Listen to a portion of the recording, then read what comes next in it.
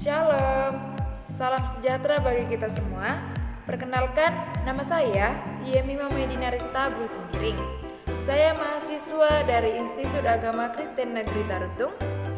Saya Prodi Pendidikan Agama Kristen semester 2. Di dalam pembuatan video saya ini, saya membuat video ini untuk pemenuhan tugas mata kuliah saya, yaitu teori belajar dan pembelajaran yang diampu oleh Bapak Dr. Baginda Sitompul MPDK. Saya akan memaparkan beberapa macam-macam dari teori belajar dan pembelajaran.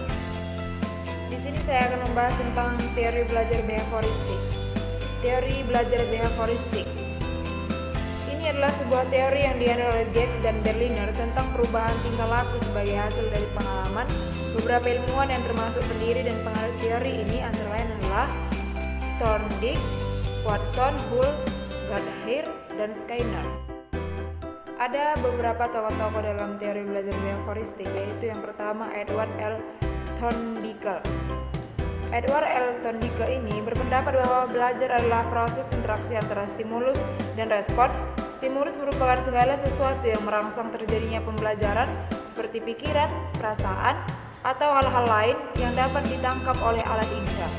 Sedangkan respon merupakan reaksi yang dimunculkan ketika belajar yang dapat pula berupa pikiran, perasaan, atau tindakan. Teori Thorndike ini dikenal juga dengan teori koneksionisme. Ada 3 hukum belajar yang utama menurut Thorndike, yaitu yang pertama itu hukum efek, yang kedua hukum latihan, dan yang ketiga itu adalah hukum kesiapan. Ketiga hukum ini menjelaskan bagaimana hal-hal tertentu dapat memperkuat suatu respon. Yang kedua itu ada John D. Watson. Watson mengemukakan bahwa belajar merupakan proses interaksi antara stimulus dan respon. Akan tetapi, stimulus dan respon tersebut harus dapat diamati dan diukur. Watson mengakui adanya perubahan mental dalam diri seseorang selama proses belajar, tetapi tidak dianggap sebagai faktor yang perlu diperhitungkan karena tidak dapat diamati. Watson adalah seorang penganut aliran behavioris murni. Kajiannya mengenai belajar disejajarkan dengan ilmu-ilmu lainnya yang berorientasi pada pengalaman empirik, yaitu sejauh mana dapat diamati dan diukur. Ada yang ketiga yaitu Clark Hull.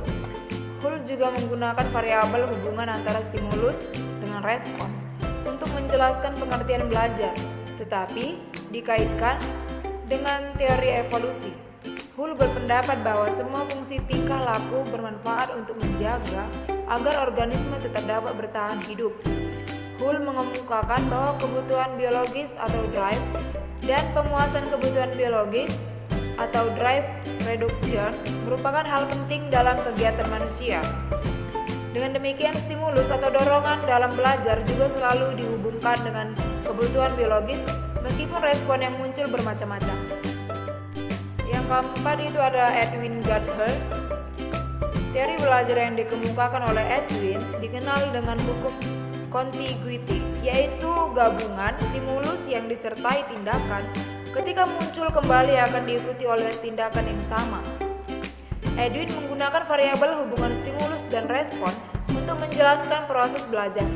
Menurut Edwin, hubungan antara stimulus dengan respon bersifat sementara, sehingga perlu sering mungkin diberikan stimulus agar respon bersifat kuat dan menetap.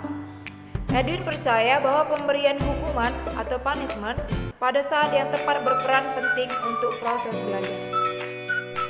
Yang kelima yaitu Skinner. Skinner mengemukakan konsep belajar lebih lengkap dari tokoh-tokoh sebelumnya.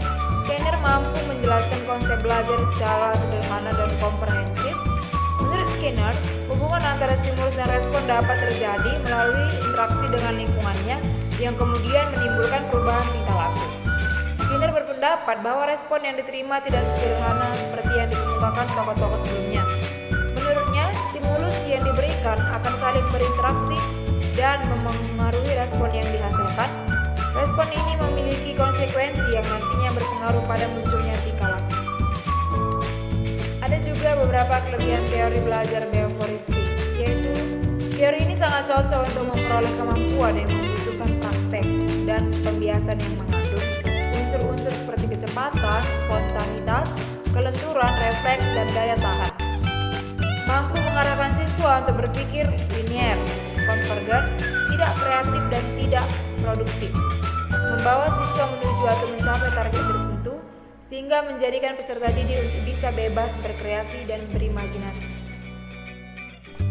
Ada juga kelemahan dari teori ini, yaitu pembelajaran siswa yang berpusat pada guru atau teacher, bersifat monistik dan hanya berorientasi pada hasil yang diamati dan diukur.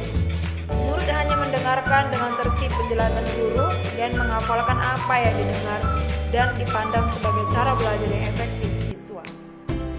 Baik hukuman verbal maupun fisik seperti kata-kata kasar, ejekan, jewer yang justru berakibat buruk pada siswa, tidak mampu menjelaskan situasi belajar yang kompleks sebab banyak variabel atau hal-hal yang berkaitan dengan pendidikan dan atau belajar yang tidak dapat diubah menjadi sekedar hubungan stimulus dan respon. Tidak mampu menjelaskan alasan-alasan yang mengacaukan hubungan antara stimulus dan respon. Ini tidak dapat menjawab hal-hal yang menyebabkan terjadinya penyimpangan antara stimulus yang diberikan dengan responnya. Implikasi teori belajar behavioristik dalam kegiatan pembelajaran sangat bergantung pada tujuan pembelajaran, sifat materi pembelajaran, karakteristik peserta didik, media dan sarana prasarana pembelajaran yang tersedia di sekolah. Pembelajaran dengan teori belajar behavioristik memandang pengetahuan yang merupakan sesuatu yang objektif, pasti, tetap, dan tidak berubah-ubah.